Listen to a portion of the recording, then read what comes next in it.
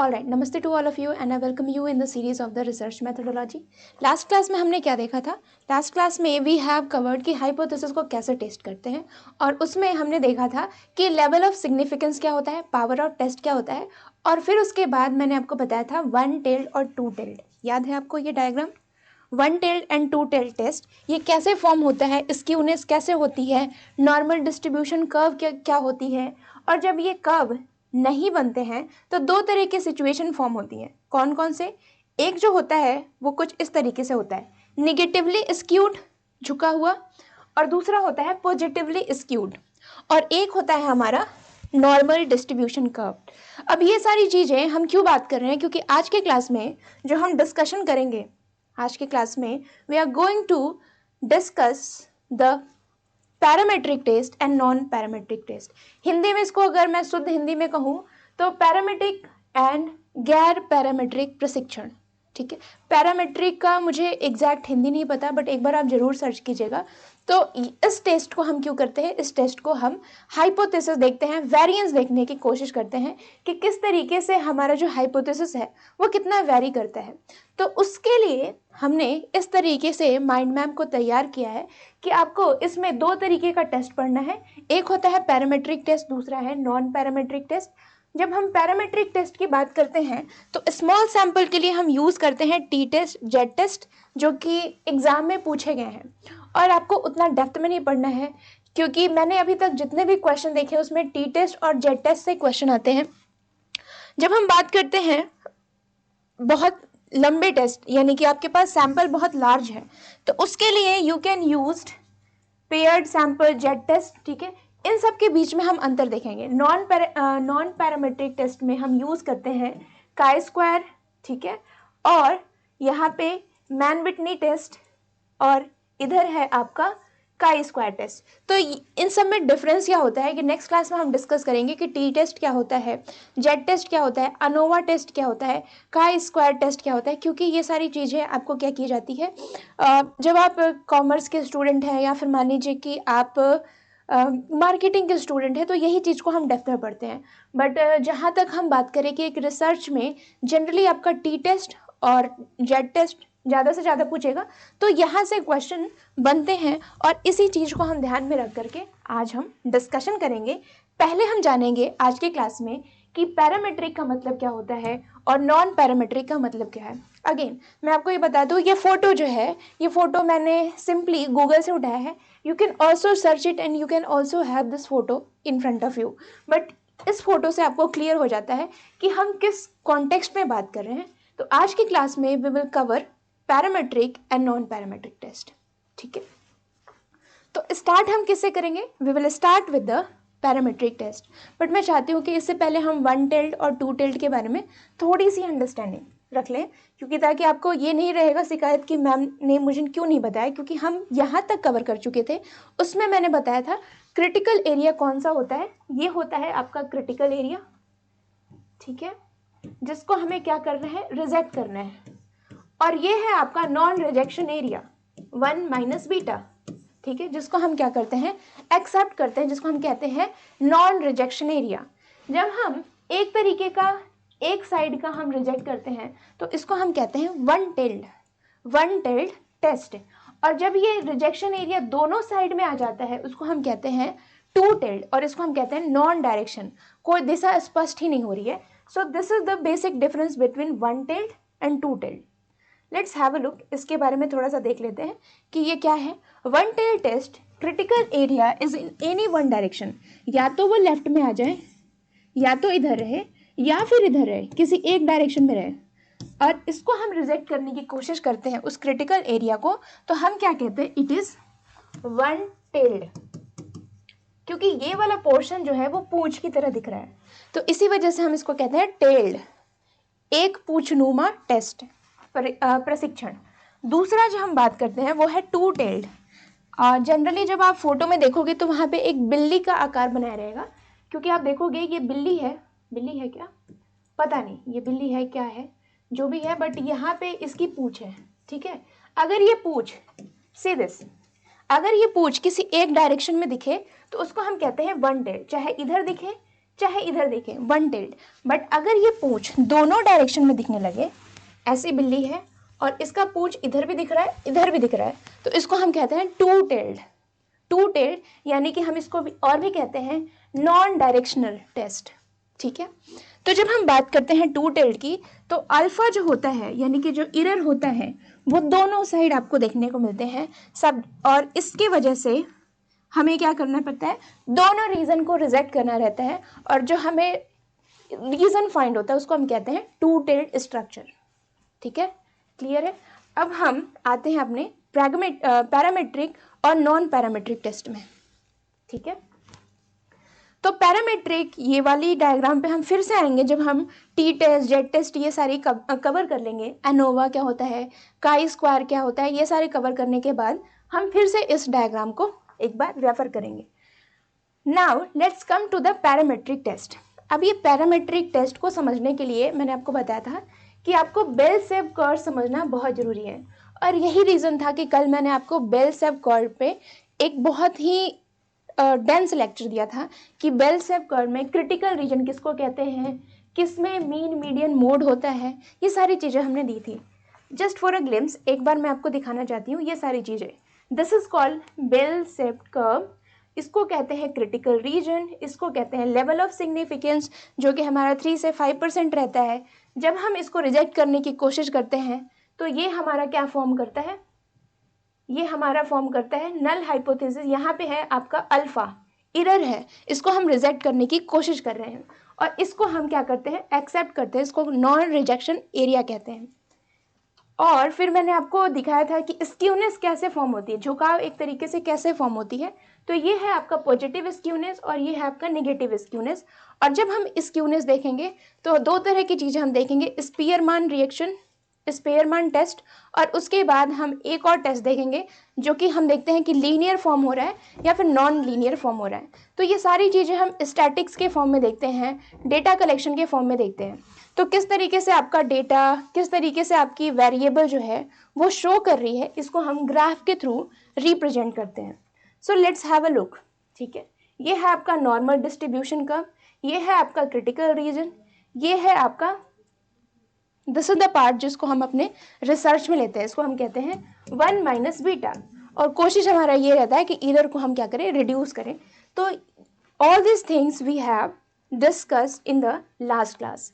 Now जब हमने normal distribution curve देख लिया है तो अब हम आते हैं पैरामेट्रिक टेस्ट में, क्योंकि पैरामेट्रिक टेस्ट में आप देखोगे वो हम यूज करते हैं एक normal distribution curve. All these curves are normal distributed curve. ठीक है, तो यहाँ पे क्या होता है पैरामेट्रिक टेस्ट में, आप देखो कि when the population is normally distributed with the assumption that it represented in the bell shaped curve, इसको हम क्या करते हैं पैरामेट्रिक टेस्ट में, जितने भी हम पॉपुलेशन है उसको बेल शेप कर्व पे रिप्रेजेंट करने की कोशिश करते हैं, नॉर्मल डिस्ट्रीब्यूशन कर्व पे रिप्रेजेंट करने की कोशिश करते हैं। That is called parametric test. ठीक है, पैरामेट्रिक टेस्ट। आगे हम क्या देख रहे हैं कि parametric test is a used for small number of the population, जब हमारा सैंपल बहुत ही स्मॉल हो, 30 से कम।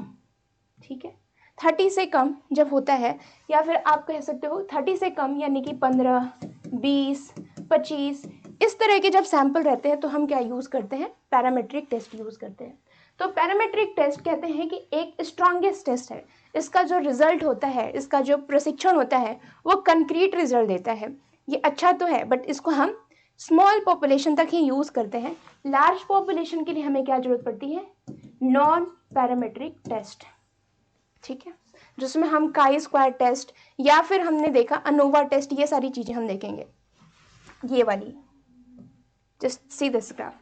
तो यहाँ पे नॉन पैरामेट्रिक टेस्ट ये लार्ज पॉपुलेशन के लिए यूज़ करेंगे, जिसमें हम chi square, runs test, binomial, Mann Whitney test, ये सारी टेस्ट जब हम यूज़ करते हैं because we have a large number of population. जब स्मॉल नंबर 30 से कम आते हैं तो हम बात करते हैं पैरामेट्रिक टेस्ट, जिसके तहत हमारा जो आता है वो टी टेस्ट, जेड टेस्ट आता है। ऑलराइट, सो जब हम पैरामीट्रिक टेस्ट की बात करते हैं तो ये generally small number of population पे आता है। और रिमेंबर, ये क्वेश्चन एग्जाम में आया हुआ है कि हमारे पास जो सैंपल की साइज है वो बहुत कम है, तो हम कौन सा टेस्ट यूज़ करेंगे। तो पैरामीट्रिक में कोई भी आप देख लोगे। तो पैरामीट्रिक टेस्ट हम यूज़ ही किसके लिए करते हैं, जब हमारे पास सैंपल साइज क्या है, स्मॉल हो। कितना स्मॉल, 30 से कम हो, then we use parametric test. अब ये पैरामीट्रिक टेस्ट जो है उसको हम कैसे यूज़ करते हैं, कैसे मेजर करते हैं, we use interval and ratio scale. ठीक है, और ये स्केल क्या होता है इसके बारे में हमने लंबी चौड़ी क्लास ली थी। स्केल में हमने देखा था नॉमिनल का मतलब क्या होता है, सिर्फ हम नाम देते हैं, जैसे ये मेल है ये फीमेल है। ठीक है, और जब हम बात करते हैं ऑर्डिनल को तो हम ऑर्डर के थ्रू रिप्रेजेंट, ये फर्स्ट आया, ये सेकंड आया, ये थर्ड आया, दैट इज कॉल्ड ऑर्डर देना, रैंक देना। ठीक है, तो क्लास में एक पोजीशन देना या फिर मान लीजिए रेस में पोजीशन देना, that is the example of order. ठीक है, और इंटरवल टेस्ट में हम कहते हैं कि यहाँ पे क्या करते हैं, दो चीज के बीच में इक्वल इंटरवल, जैसे 2 2 जा 4, इसके बीच में 2 का गैप, 6 इसके बीच में भी 2 का गैप, 8 इसके बीच में 2 का गैप, तो इक्वल इंटरवल को हम देखते हैं।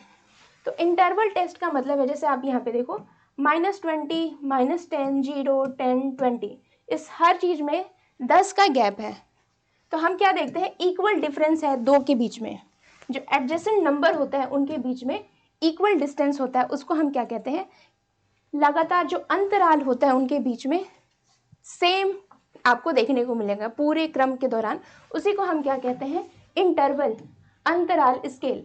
और जब हम बात करते हैं पैरामीट्रिक टेस्ट की, तो वहाँ पे हम क्या यूज़ करते हैं, इंटरवल और रेशियो स्केल। और जब नॉन पैरामीट्रिक की बात करते हैं, जैसे मान लीजिए कि आपका मैन विटनी टेस्ट हो गया, काई स्क्वायर टेस्ट हो गया, तो उसमें हम यूज़ करते हैं नॉमिनल और ऑर्डिनल, क्योंकि हमारे पास सैंपल क्या है, बहुत लंबा है, लार्ज है, तो हम उसको कैलकुलेट नहीं कर पाते, इट्स वेरी डिफिकल्ट। तो हम उनको क्या करते हैं, नाम देते हैं, कैटेगराइज करते हैं, ऑर्डर में रिप्रेजेंट करते हैं। ठीक है, जबकि हम बात करते हैं इंटरवल और रेशियो की, 30 लोगों का कैलकुलेशन कर पाना, गुना जोड़ घटाव कर पाना बहुत मुश्किल, बहुत ही आसान है। तो इसी वजह से हम यहाँ पे क्या यूज़ करते हैं, we use the parametric test. ठीक है, so this is the concept जब हम पैरामीट्रिक टेस्ट की बात करते हैं। ऑलराइट, अब देखिए पैरामीट्रिक टेस्ट में एक और चीज है, दैट इज कॉल्ड कोरिलेशन। ठीक है, यहाँ पे हम इसका यूज कहाँ पे करते हैं, पियर्सन टेस्ट में करते हैं, पियर्सन टेस्ट। अब ये पियर्सन टेस्ट क्या है, पियर्सन टेस्ट ये क्या है, सबसे पहले आपको दो टेस्ट पढ़ने हैं, पियर्सन और स्पीयरमैन। ठीक है, पियर्सन टेस्ट का जो रिप्रेजेंटेशन होता है, ये टेस्ट क्यों यूज किया जाता है, जब हम दो वेरिएबल के बीच में रिलेशन ड्रॉ करने की कोशिश करते हैं, तो उसको हम कहते हैं दीज टू स्केल, स्पीयरमैन और आपका पियर्सन टेस्ट। तो जब हम पियर्सन टेस्ट की बात करते हैं, तो दो वेरिएबल के बीच में जो रिप्रेजेंटेशन आप देखोगे, वो हमेशा कैसे रिप्रेजेंट किया जाता है, लीनियर लाइन से, लीनियर डायरेक्शन में शो होता है। जैसे आप ये देखो, ये सीधा लाइन, इसको कहते हैं पॉजिटिव कोरिलेशन शो कर रहा है, और इसको कहते हैं नेगेटिव कोरिलेशन, माइनस में आप, और इसको कहते हैं नो कोरिलेशन, दोनों के बीच में, दो वेरिएबल के बीच में कोई कोरिलेशन ही नहीं है। तो इसको हम कैसे रिप्रेजेंट करते हैं, that we represent with the correlation coefficient, correlation coefficient, और ये कोफिशिएंट होता है -1 से लेकर के +1। देखिए यहाँ पे 0.4, 0.4, तो 0.4 जो है ऑलवेज जो है उनके बीच में देयर इज द, ये हमेशा क्या होगा, 1 से कम या फिर 1 से ज़्यादा होगा, -1 और 1 के बीच में ही आएगा, तो उसको हम क्या कहते हैं, these are called correlation coefficient. तो स्पीयरमैन टेस्ट में जो वेरिएबल होता है, जो वेरिएंस होता है, वो बहुत ज़्यादा आपको हाई देखने को मिल देंगे। बट जब हम ये बात करते हैं पियर्सन में, तो लीनियर शो करता है। स्पीयरमैन का भी मैं थोड़ा दिखा देती हूँ, ये है आपका स्पीयरमैन का, ये देखिए इसका जो वेरिएंस है, कुछ यहाँ पे फॉर्म हो रहा है, कुछ यहाँ पे फॉर्म हो रहा है, तो ये जो वेरिएंस है वो डिफरेंट पॉइंट्स पे शो कर रहे हैं, जिसकी वजह से ये कैसा फॉर्म करता है, ये कुछ स्क्यूड की तरह फॉर्म करता है, ऐसे। ठीक है, इस तरीके से फॉर्म करता है, और उसके लिए हम यूज़ करते हैं positive, negative, skewed curve. But जब हम बात करते हैं पियर्सन की, पियर्सन में स्ट्रेट लाइन की तरह फॉर्म करेगा, all the value will fall in the same line, ठीक है। और यही रीजन है कि ये एक स्ट्रेट लाइन लीनियर की तरह रिप्रेजेंट करता है, ठीक है। और ये जो रिप्रेजेंटेशन है हम पॉजिटिव और निगेटिव में, और जब कोई कोरिलेशन नहीं होगा तो कुछ इस तरीके से हम रिप्रेजेंट करेंगे, ये नो कोरिलेशन। तो कोरिलेशन क्या होता है, कोफिशिएंट होता है जिसमें हम देखते हैं कि दो वेरिएबल के बीच में क्या रिलेशन है, और ये जो कोरिलेशन है ये हमें डायरेक्शन बताता है कि पॉजिटिवली कोरिलेटेड है या निगेटिवली कोरिलेटेड है।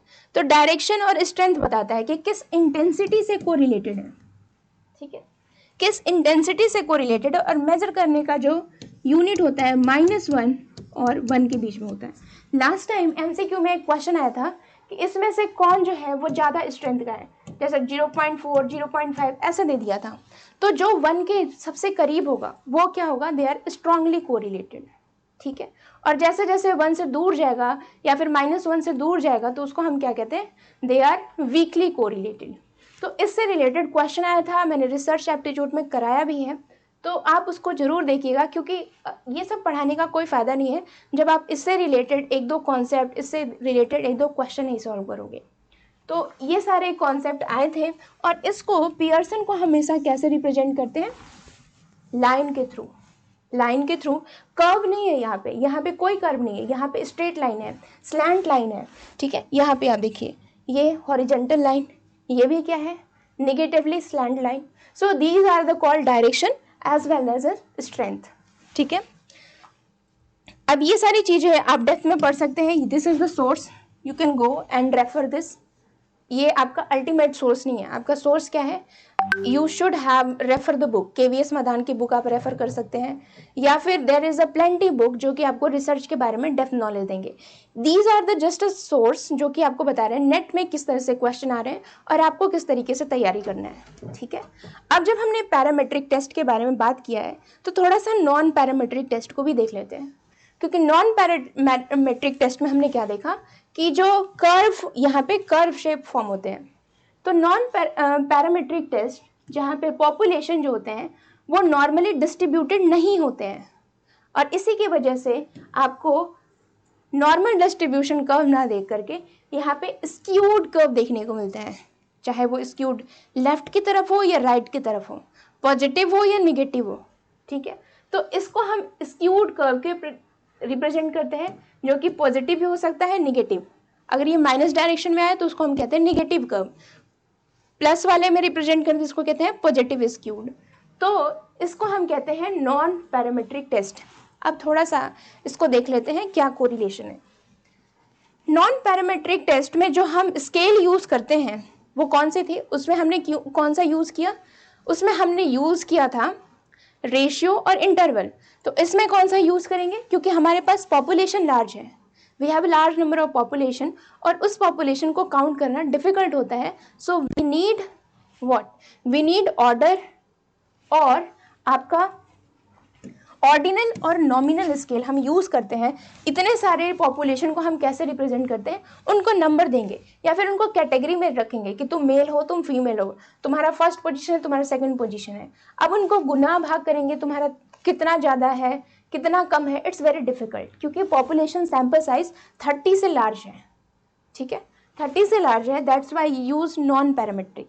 नॉन पैरामेट्रिक में हम कौन सा टेस्ट यूज करते हैं, स्पीयरमैन टेस्ट।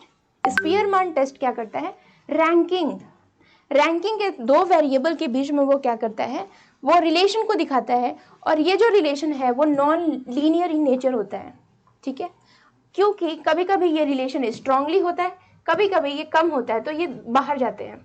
तो इस वजह से जो कर्व बनता है वो कुछ इस तरीके का बनता है, स्क्यूड टाइप का, जो कि मैंने आपको दिखाया, लीनियर ना बन करके ये स्क्यूड बनते हैं, स्क्यूड, ठीक है, तिरछा।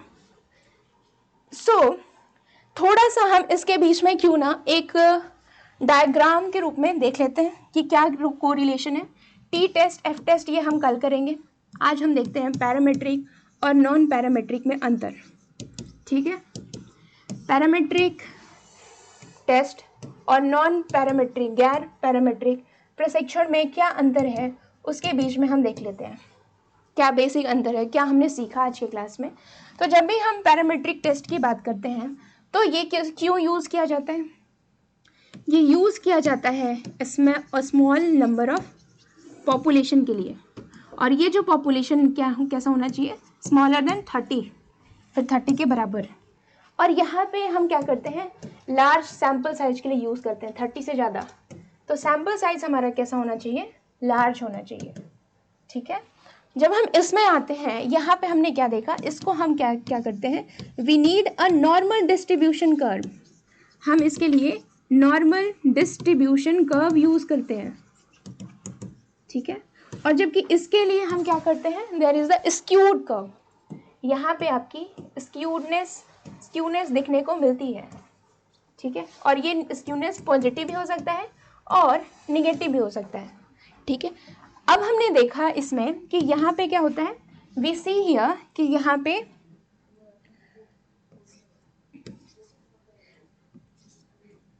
There is non linear representation, sorry linear था ना, लीनियर था। तो यहाँ पे हमने कौन सा टेस्ट यूज़ किया, पियर्सन टेस्ट, पियर्सन टेस्ट। ठीक है, यहाँ पे पियर्सन टेस्ट किया, और पियर्सन टेस्ट को हम कैसे रिप्रेजेंट करते हैं, लीनियर के फॉर्म में, लीनियर के फॉर्म में। और ये जो लीनियर होता है पॉजिटिव, नेगेटिव और नो कोरिलेशन को रिप्रेजेंट करता है। तो इसको हम कैसे ये करते हैं, कोरिलेशन कोफिशिएंट, और कोरिलेशन कोफिशिएंट कैसा होता है, हमेशा +1 और -1 के फॉर्म में रिप्रेजेंट करता है। और ये जो कोरिलेशन कोफिशिएंट है, ये हमें दिखाता है कि कौन ज़्यादा स्ट्रांग है, कौन कम स्ट्रांग है, और उसका डायरेक्शन क्या है। ठीक है, और दूसरा हमने क्या देखा, ये एक पियर्सन है, दूसरा हम क्या यूज़ करते हैं इसमें, नॉन पैरामेट्रिक में स्पीयरमैन। ठीक है, स्पीयरमैन, इसको याद कराने का, देखो पैरामेट्रिक टेस्ट, पी से पैरामेट्रिक, पी से पियर्सन। ठीक है, तो अगर आपसे पूछा जाए कि पियर्सन टेस्ट कौन सा है, तो पी से आप याद रखोगे कि पी से पियर्सन होता है और पी से पैरामेट्रिक टेस्ट होता है। लेकिन अगर आपको पियर्सन क्लियर है तो आपको पता चल जाएगा कि बचा कौन, आपका बचा Spearman, Spearman test. Spearman test तो ये किससे रहेगा, नॉन पैरामेट्रिक से रहेगा, कि यानी कि जो डिस्ट्रीब्यूशन होगा वो कैसा होगा, नॉन लीनियर होगा, नॉन लीनियर रिप्रेजेंटेशन होगा। ठीक है, और क्या देखा था हमने, यहाँ पे जो स्केल हम यूज करते हैं वो कौन सा है, क्योंकि कम पॉपुलेशन है तो यहाँ पे गुना भाग करना आसान होता है। और गुना भाग हम किस स्केल में करते हैं, हम करते हैं रेशियो स्केल में और आपके इंटरवल स्केल में। ठीक है, और यहाँ पे कौन सा स्केल यूज करते हैं, नॉमिनल और ordinal scale. So these are the gist of the today's class. Next class में we are going to cover the T test, F test, Z test क्या होता है, अनोवा क्या होता है, काई स्क्वायर क्या होता है, ये सारी चीज़ें करके we will wrap this up, क्योंकि हमने हाइपोथेसिस के बारे में बहुत लॉन्ग खींच लिया। अब हमारा टाइम है कि हम डेटा कलेक्शन के बारे में जाएं, डेटा को कैसे एनालिसिस करते हैं। ठीक है, तो लेट्स हैव अ ग्लिम्स। क्या हमने पढ़ा, नॉन पैरामीट्रिक टेस्ट में स्पीयरमैन पढ़ा, Spearman test. Non parametric test में हम कैसे नॉमिनल यूज़ करते हैं, कैसे ऑर्डर यूज़ करते हैं, नॉन पैरामीट्रिक टेस्ट होता क्या है, कर्व कैसे फॉर्म होता है, पैरामीट्रिक टेस्ट में किस तरीके का यहाँ पे हमने देखा पियर्सन कोरिलेशन कोफिशिएंट, और इसमें जो रिप्रेजेंटेशन ऑफ ग्राफ होता है वो हमेशा क्या होता है, स्ट्रेट लाइन होता है, लीनियर होता है। ठीक है, और फिर हमने देखा है पैरामीट्रिक टेस्ट में कौन सा स्केल यूज़ कर रहे हैं, इंटरवल और रेशियो स्केल। फिर उसके बाद हमने देखा पैरामेट्रिक टेस्ट में हम small number of population, generally less than 30 we use this, और अगर हमें ज़्यादा रिप्रेजेंट करना है we refer to the non parametric test. ठीक है, एंड पैरामेट्रिक टेस्ट में हमने ये देखा कि यहाँ पे क्या करते हैं, जनरली हम बेयर शेप कर्व पे, नॉन पैरामेट्रिक टेस्ट में हम स्क्यू कर्व पे रिप्रेजेंट करते हैं। So this is all about parametric, non parametric test. Next class में will meet with the F test, T test, Z test, जो कि एक तरीके का हाइप है, स्टूडेंट को जनरली समझ में नहीं आता है ये होता क्या है, but we will try to cover as lucid as possible, क्योंकि रिसर्च में आपको उतना डेंस में नहीं पूछा जाता है, you should know a basic concept about this. So till then just keep revising the research methodology. और एक चीज़, जिन बच्चों का पॉलिटिकल साइंस है paper 2, they can join with us with the live classes, जहाँ पे हम PYQ प्रैक्टिस करेंगे, क्योंकि आपके एग्ज़ाम में सिर्फ 3 महीने बची हैं, तो हम रियल एग्ज़ाम में किस तरह से क्वेश्चन आते हैं उसको हम क्लास में प्रैक्टिस करेंगे और आप वहाँ पे रियल टाइम में क्वेश्चन पूछ सकते हैं, अपने जितने भी डाउट्स हैं वो हमसे पूछ सकते हैं. So this is all about today's class. Till then just keep revising the research methodology.